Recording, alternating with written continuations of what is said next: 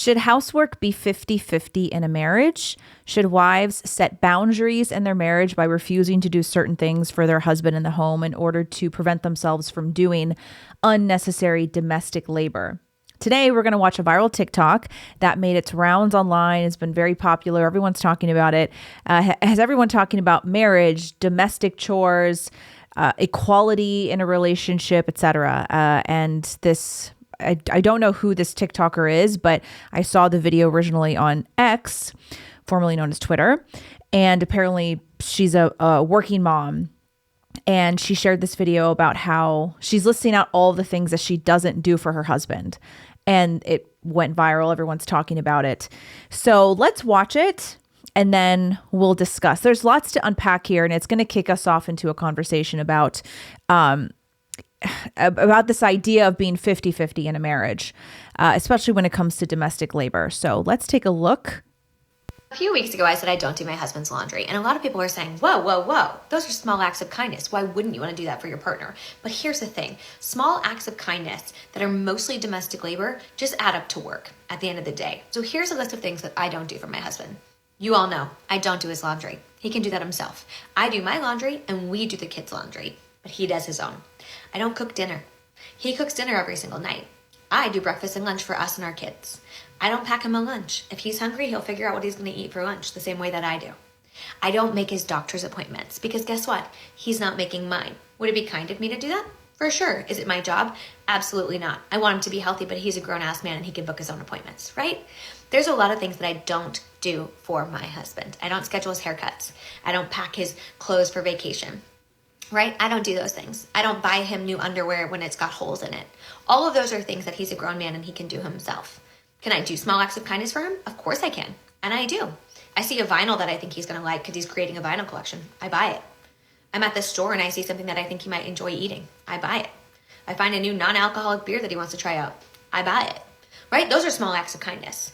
Doing his laundry, cooking him dinner, making him lunch, booking his doctor's appointments, all those things, that's domestic labor. Those are chores. Those are not acts of kindness. Do I do them occasionally when he's working a lot? Of course. Do I cook dinner sometimes when he's had a really long day? Of course. But me not doing that does not mean that I don't show him love or kindness. They're different things. It is not my job as a wife, it is not in my job description to do all the domestic labor as small acts of kindness to my partner and receive nothing in return. I agree with this commenter. If it's going both ways. I think that's enough. She goes on for a little bit. She just goes on and on and on. Okay, there's a lot to unpack here. First of all, notice there's a lot of language here where she talks about it's not my job. It's not in my job description. It's not my job. She keeps using the word job over and over and over again as if we should be approaching marriage as a job, which to me it really diminishes the idea of what marriage is, and it really cheapens the marriage. I've had jobs before. We've all had jobs before. Do you want your marriage to be like a job? Do you want your husband to be like the boss that you go into the office at 9 to 5 and answer emails for, and you really can't stand because they don't really care about you at the end of the day? You're just a moneymaker for them. Do you want marriage to be like that? This is a very transactional, legalistic way to approach marriage, and it's very sterile, like keeping tabs about what you do around the house and what he does around the house. And notice there is a big misconception that caring for your husband and doing things for him is infantilizing him. Oh, I don't do his laundry because he's a grown-ass man. He's a grown-ass man. He can do it himself. Yeah, he's also a grown-ass man who can buy himself vinyls and buy himself non-alcoholic beer. You don't do things for each other because each of you are infants. You do things for each other because you love serving one another, even when it's a little bit inconvenient for you. Now, okay, I'm not saying that the wife has to be like a maid for the husband and do literally everything for him and wait on him hand and foot. Two things can be true at once. Nobody is saying that. But this very transactional way to approach marriage as if it's some sort of job description, I think is very, very toxic. I mean, even down to this idea she's separating laundry. Like, it takes more work to separate the laundry and make sure, oh, my husband's t-shirt's in here. I'm not doing that because he can do that himself. It's a very legalistic way to approach what should be a sacred union. And look, I don't know who this person is, but when you watch that video, does she seem happy to you? That's an honest question. I'm not in a way to be mean or cruel. It's just, does she seem happy to you? She seems very on edge to me about the way that she approaches marriage. She seems very unhappy and discontent about the idea that she would have to do all this, quote, domestic labor that she doesn't think he is deserving of. And that's not what I would want in my marriage. And most women that I know, it's not really what they would want in their marriage either. And here's the thing, I'm not a purist when it comes to household chores or housework. I'm not. I don't buy into that. As you know, you guys know how I feel about this current, quote, trad trend. It's a trend. It's an aesthetic. And this whole, and it's turned into like a fetishization. I've said this many times and explained it many times in past episodes. If you've never watched, you can go back and watch my last episodes. But this whole trad trend acts like the woman is the only one who should be doing the dishes, the only one to do laundry, vacuuming. And the trad trend even says that it's gay for men, for husbands to do any household chores. I don't think that's true. I'm no purist when it comes to housework. I don't think it's gay for men to do dishes sometimes. I don't think it's gay for men to do their own laundry. And I say this as a wife who does 95% of the housework, if not more. I do all of the cooking and cleaning in the kitchen.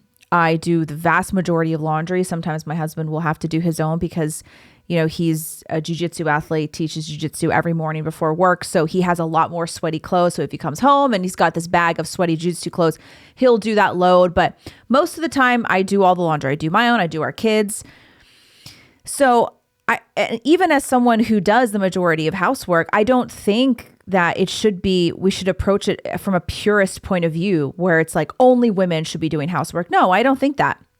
But I still don't think that this, and I don't think that it's productive for people to say that only women should be doing housework.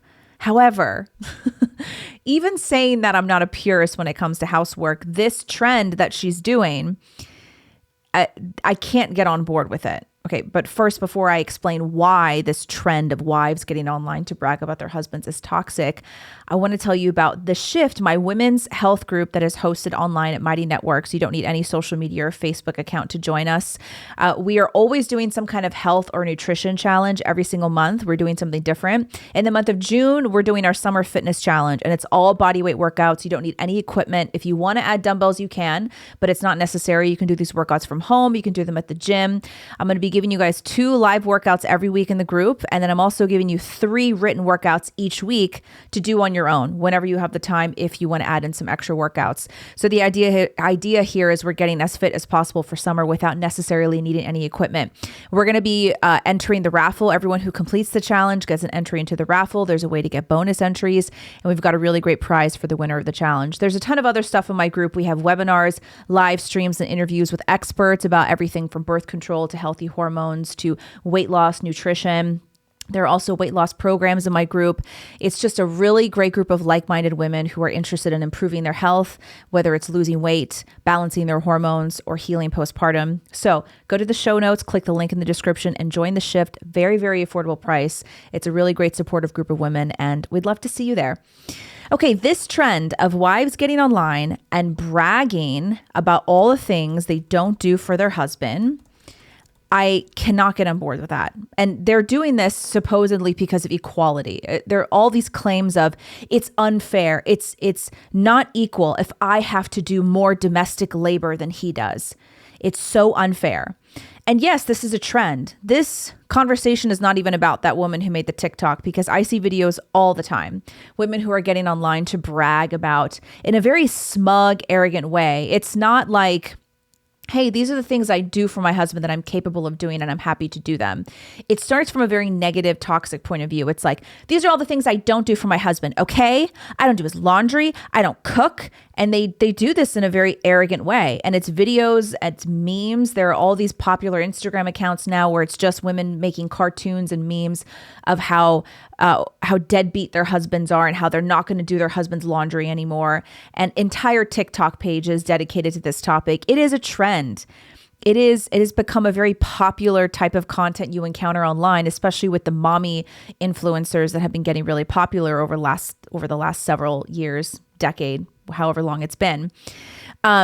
So yeah, this trend, it really makes me feel a little bit sick inside. I hate seeing it because in many ways they claim that they're doing this to be authentic and to help prepare women for more egalitarian, equal marriages. But I think what it actually does is it creates a very toxic point of view of marriage. And I think it discourages young women from wanting to get married. It discourages young women from approaching marriage as a sacred union, and instead tells women that marriage is more about the transaction and the trade-offs and making a list and making sure that you're not doing too much for your husband, or else it's not fair, it's not equal.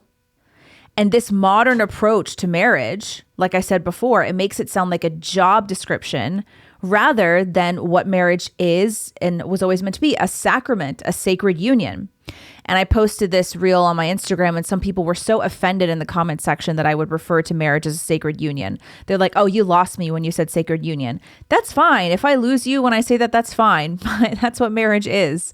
And that's why so many of us oppose the idea of, quote, gay marriage, because that's not marriage. That's never what marriage was meant to be.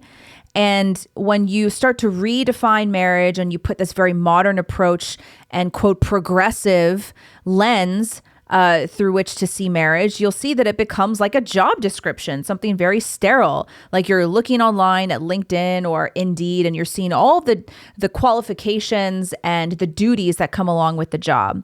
That's the same thing. That's how a lot of women are approaching marriage. Oh, these are my duties. Okay, well, I can help him earn money. I can help take care of the kids, but I'm only going to put the kids to bed 4 nights a week because I'm not going to do it every single night. And it becomes this very disconnected way to approach what should be a union. And she keeps saying, it's not my job. It's not my job to do this. It's not in my job description. Those are her exact words in the video. And my question is, why do we want to reduce and diminish the sacred union of marriage into something as unloving and sterile as an office job? I don't know why we would even want to do that. That sets you up for failure already. It really makes marriage something that's not joyful or loving. And yeah, you know what? Marriage is never 50-50, ever.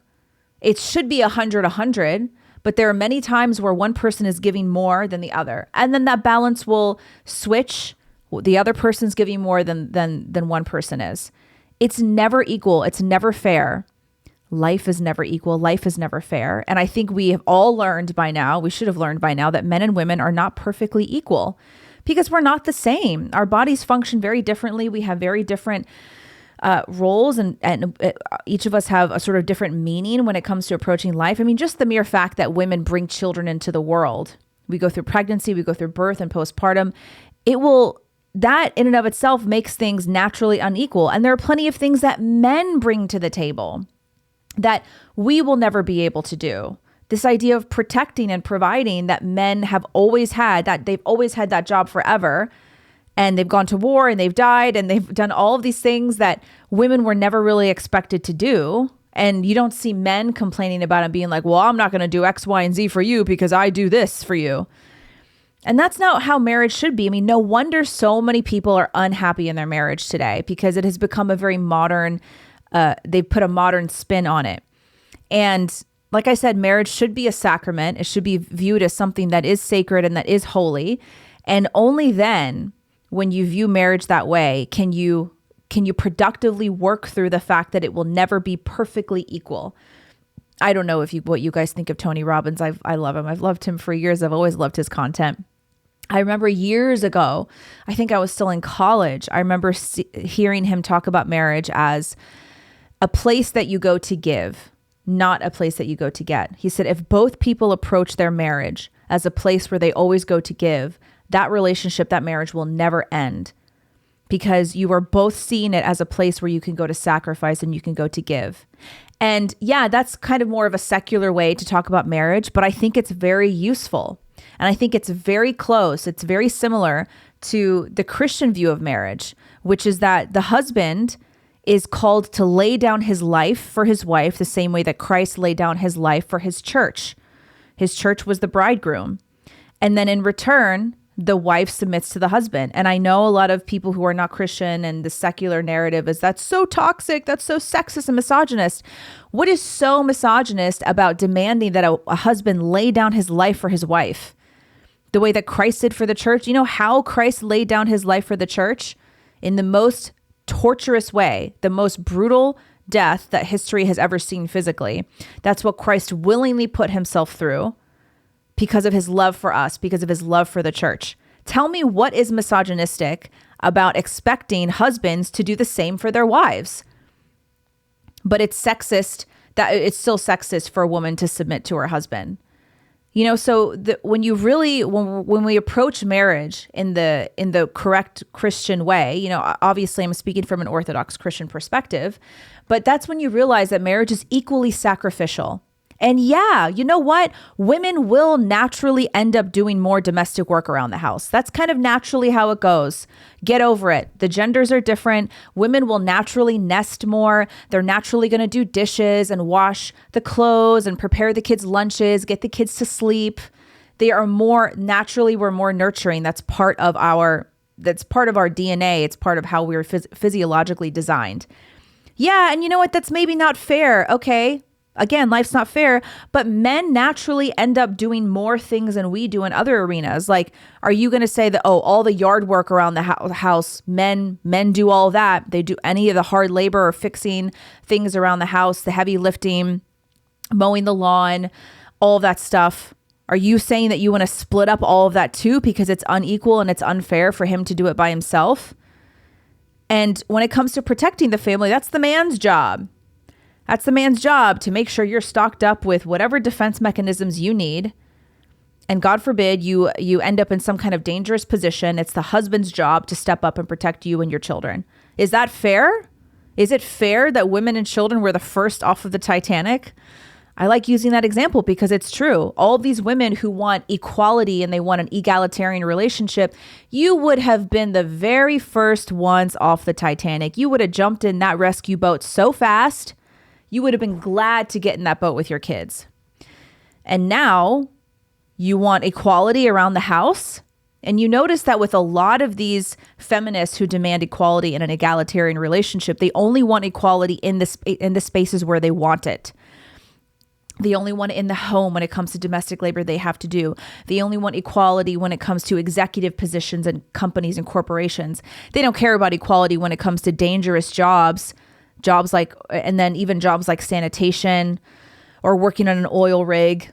You don't care about women being there 50-50 and being represented equally, do you? No, it's because all these feminists only want equality in the places where they want it, in the places that are convenient for them.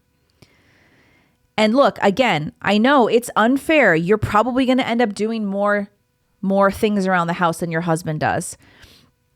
Nobody is saying that you have to only be his maid and he shouldn't ever lift a finger to do anything.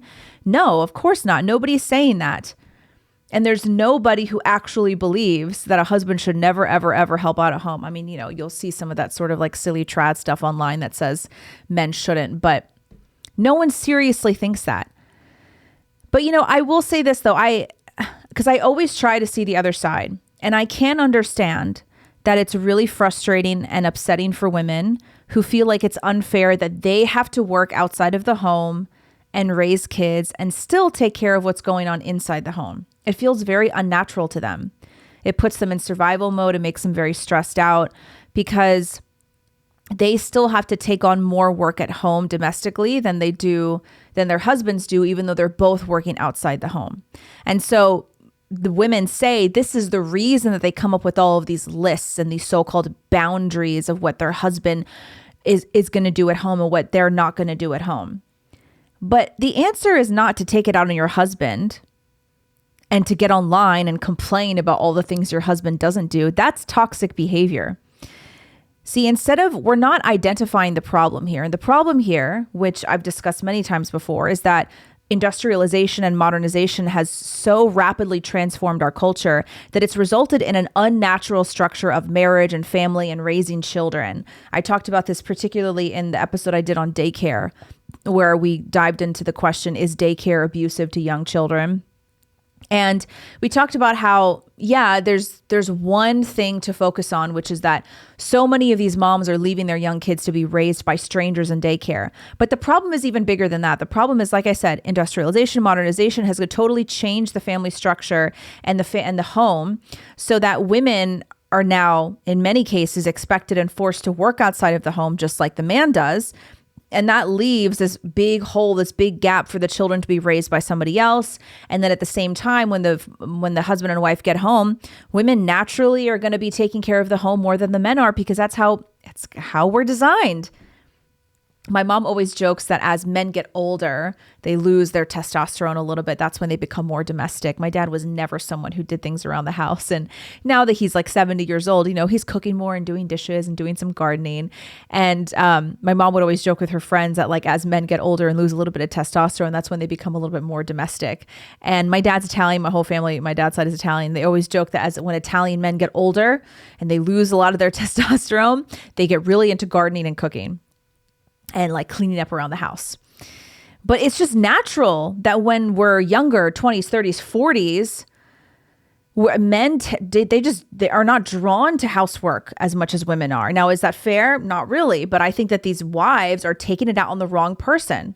Instead of identifying the problem, identifying what the root cause is of this issue, which is that the family structure has been turned upside down, and it's left a lot of husbands and wives sort of flailing around and not really understanding what their true roles are. And, oh, you're talking about gender roles. That's so offensive. If gender roles are offensive to you, yeah, of course, this is going to be insulting to you. But there is some truth to gender roles. You think that people for however many years just got it wrong the whole time? No, of course there's something to gender roles, because again, just the fact, especially if you have young kids under the age of 10 or even under the age of 15, like, who do you think is going to naturally be taking care of them more? Moms, especially in the first 3 years of the child's life. My son is very young. He's a newborn. Who's up every night with him in the middle of the night? Not my husband. He can't breastfeed him. I am. Is that fair? No, not really. But it's something that I cherish, because I was blessed with the role as a mother. And instead of seeing things as so unfair, it's so not fair that women have to give birth and take care of young kids. Why are you focusing on how unfair it is? Why aren't you focusing on how wonderful it is? It's a gift. Men have their own things they have to worry about that you don't ever have to think about, because it'll never, ever be fair. So my heart actually goes out to working moms. Okay. And I talked about this in the daycare episode. It breaks my heart sometimes to see a lot of these working moms who are struggling, because at the same time that we're seeing a lot of this kind of content online, we're also seeing a lot of moms who come forward to say that they're unhappy working, dropping their kids off at daycare. They're coming forward and they're feeling more honest, and they're feeling like it's time to be honest about how it's really difficult for them. It's not easy to drop their kids off at daycare and to still manage the family and the home and work at the same time. And my heart goes out to them. I do feel bad. I don't want to see moms have to feel like they have to juggle everything, because it is unnatural for one person to feel like they have to juggle all of that stuff. But I think that these wives are turning to the wrong place in order to find relief and to find comfort and to find respite. And that wrong place is turning to social media. They're turning to social media and they're complaining. They're complaining about how horrible their husbands are. And that's only going to make you more unhappy. That's only going to stir more unrest in other women too. It becomes like this vicious cycle where all the women get together online and complain about how horrible marriage is and how unfair life is and how crappy their husbands are. Do you think that's going to help you figure out what's going on in your home? You think that's going to be productive? It's just this outrage content echo chamber that is not helpful to anyone, particularly the wives who are struggling to manage everything. And this obsession with equality that all these women talk about, this obsession with equality has made so many wives less feminine than ever. Before I explain more about that, I'm going to tell you more about that in a second. But first, I want to tell you about my 10-week weight loss program called the Fit and Lean program. So I'm taking a small group of women who have weight loss goals, and maybe they've been struggling in the past with their nutrition. They don't know how to work out. Whatever they've been doing in the past has not been working.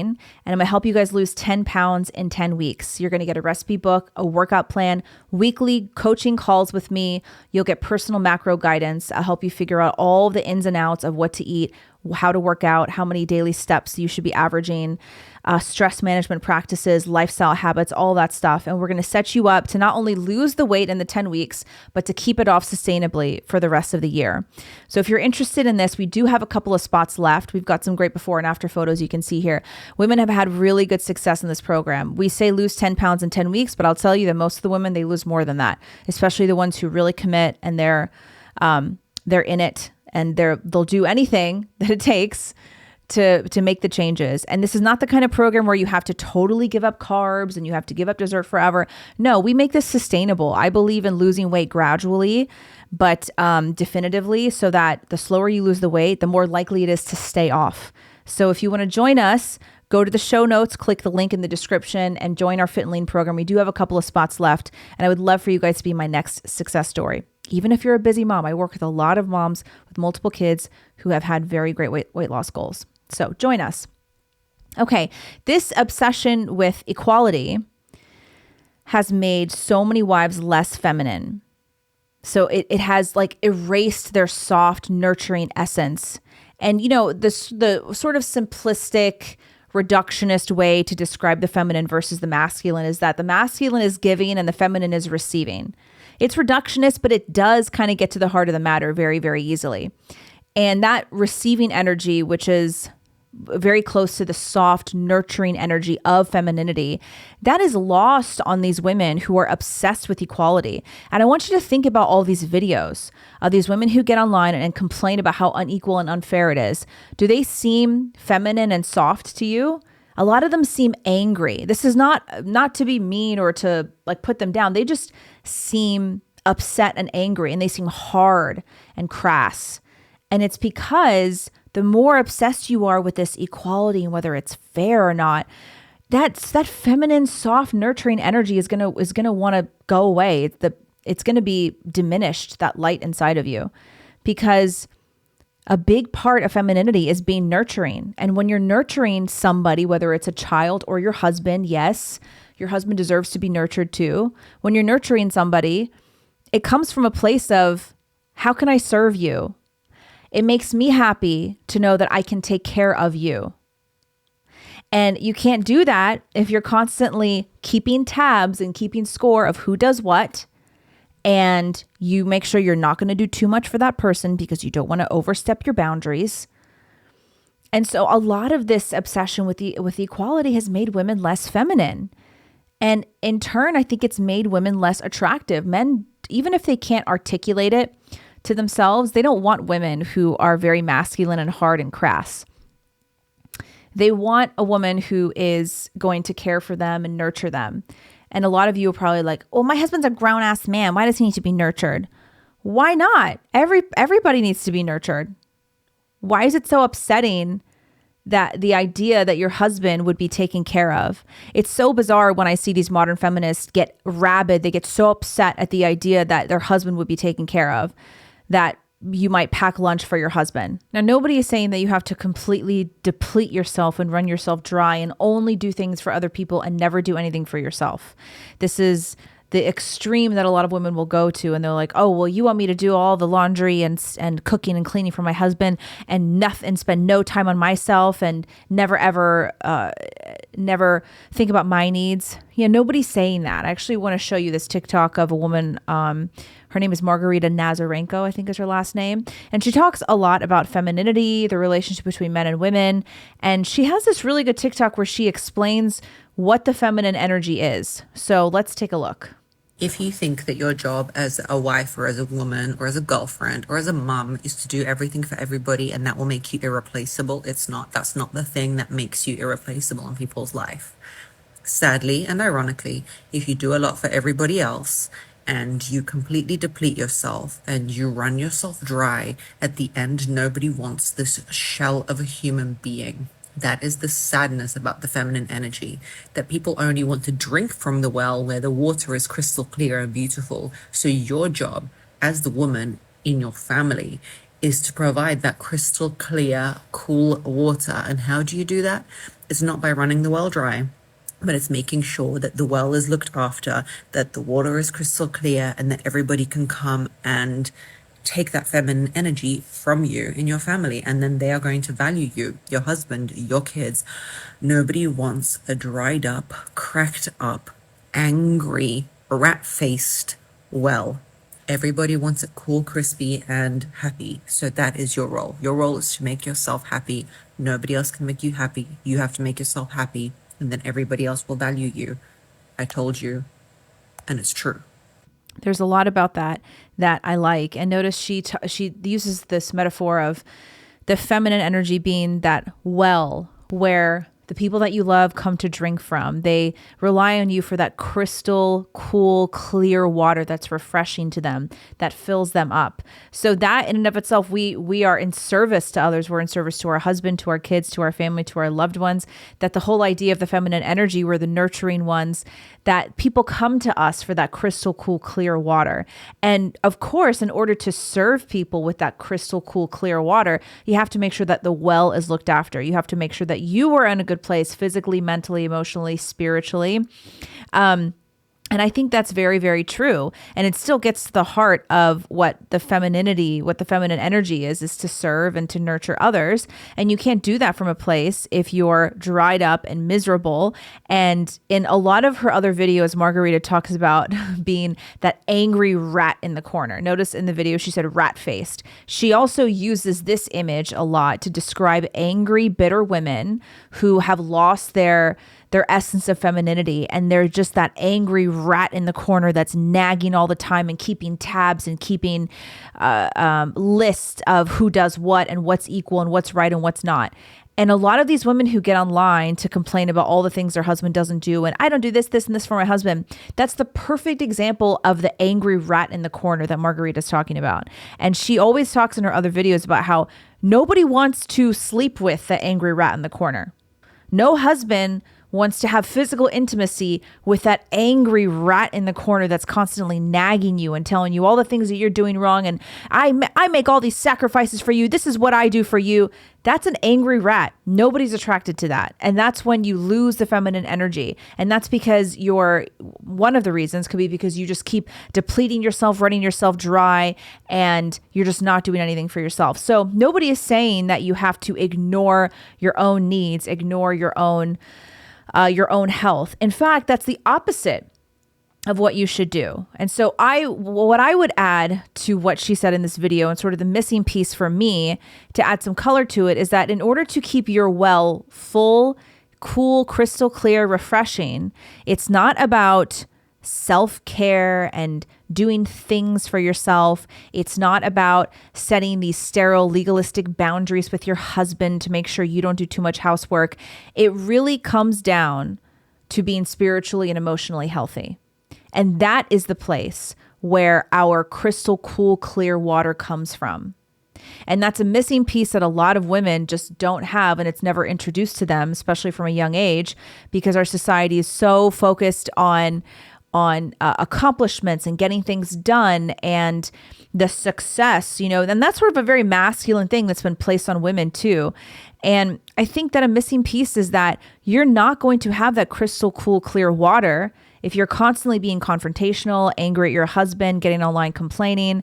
It really comes down to your spiritual health. And I know a lot of people, they don't want to admit that. They're like, that's got nothing to do with anything. Yeah, it is. That's really the source of all of your health, even your physical health. You're not going to be a healthy person if you are not spiritually and emotionally healthy. And of course, me personally, coming from an Orthodox Christian perspective, I fill my well with that crystal cool, clear water through my faith, through my Orthodox life. I try to, of course, I'm not perfect. Nobody is. And it's hard sometimes, especially when it can be really frustrating. It does feel unfair. Life does feel unfair sometimes for moms of young children. It can feel very much like that. It's okay to feel that. It's okay to wrestle with those feelings of, oh, I feel like I gave up so much of my life. I feel like I had to give up my career. I feel like it's just not fair sometimes. It's okay to wrestle with that. We are humans. But the problem is that so many women are taking it out on the wrong places, and they're turning to the wrong places to find comfort and healing with those things that they're wrestling with. And that's why I think it's really important for a lot of women to return to a spiritual practice, to return to the church. And that's a big thing. That's why, like, most of the moms that I know that I'm close with, they have a lot of young kids, multiple children. Some they have 3 kids under the age of 3. And these are not the kinds of moms that have like the perfect life. You know, they're not super wealthy. They don't have a team of cleaners and cooks and nannies. But these are the most fulfilled, happy, calm women that I've ever met because of their never-ending faith, because of their Christian practice, because of their Orthodox Christian community. This is where they go to fill up their well, even if they feel physically depleted sometimes, even if they feel like life is not fair and they may be struggling to make ends meet, and it's really hard to care for all these young children and lose sleep and feel like you don't have much time for yourself. Their well is still crystal cool and clear and refreshing, and everyone in their family loves to go to them for nurturing and for sustenance because they get that sustenance from Christ and from the church. And I know you may not be Christian listening to this, and from a secular perspective, it sounds crazy. They're like, oh, well, religion's not going to fix everything. It's not going to fix everything, but I can tell you from an individual personal perspective, the stronger your faith is and the stronger your spiritual practice is, the easier it will be to face those really tough moments of motherhood, especially when your kids are young. And that's the only way to keep your well full and cool and refreshing. And that's the missing piece. I think moms have just gotten out of control online. I'm sorry, but the mom influencer thing has just gotten out of control. Like, there was this single mom on TikTok that went viral, and she posted a video of herself crying, of course. Did a woman really cry unless she posted it on the internet? She took the time to set up a tripod and a camera, and the caption, I think I actually have it here. We can take a look at it. But it was just all about, here it is. The text on this video says, being a single mom is making your own birthday cake on your birthday so that your babies can feel happy they are singing to you. And I'll play it. It's just, if you're listening just to the audio, it's just, well, that's another part I'll tell you later. It's just a woman who is crying. She's opening up a box of cake mix and she's making cupcakes, and the music is really sad in the background. And she says, this is what it's like to be a single mom, to make your own birthday cake. And this went viral. It got like millions and like tens of millions of views on TikTok. And then it got over to Twitter and Instagram, everywhere. And, this is a yet another installment of how obsessed women are with going online and like marketing their emotional meltdowns for everyone to see, so they can get clicks and views and followers. And then, of course, and then it got really, really nasty when her ex-husband stitched this TikTok and explained that she doesn't even have any custody of the kids. The ex-husband has the full custody of the kids. She doesn't even have a job. She doesn't really take care of the kids. And she's online making it seem like she's like, oh, woe is me. I'm a single mom who is really struggling, blah, blah, blah. Anyway, the whole point is that this whole trend of women getting online and complaining and crying is just gotten out of control. Women are turning to the wrong place. If you're frustrated and you're struggling in your marriage and with motherhood, that's okay. Nobody is saying that motherhood will always make you happy no matter what. It is by far the most fulfilling, rewarding thing you'll ever do if you're a mom, as you know, moms out there. But you also know that things can get really tough sometimes, and you cry and you wonder, oh, if I had just done this, my life would have been easier. If I just had this, if I just had this much money, if I had this. It's hard sometimes. But let me tell you, turning to the internet and crying online in front of a bunch of strangers and having them, having them validate your feelings about how your husband's such a deadbeat, that's not going to make you feel better. It's only going to make things worse. So I think that we should all be looking elsewhere to fill up our well. And I think if more women were to really look at their spiritual health and return to the church, if you're someone who has been questioning where to put your faith, go visit an Orthodox church. You can message me. I can help you find one locally, because there's so much about the Orthodox Christian community that really, really supports mom, much more than in any ways I've seen. I grew up Protestant, and let me tell you, the Orthodox Christian church, there's just so much built-in support for moms and for families that just does not exist in a lot of these evangelical Protestant churches, in any of them really. So that's all I have to say today. Thanks for tuning in, guys. My son is sleeping. My mom took my daughter out for lunch today just to, give her a little bit of an outing. So I'm going to go probably wake up my son and feed him. I'm so happy to not be pregnant anymore. I feel much more like myself. Pregnancy is not something I enjoy. But if you liked this episode, please like it, subscribe to my channel, turn on your post notifications, comment on it, share it. And if there are any topics that you want me to talk about in the future, please let me know in the comment section.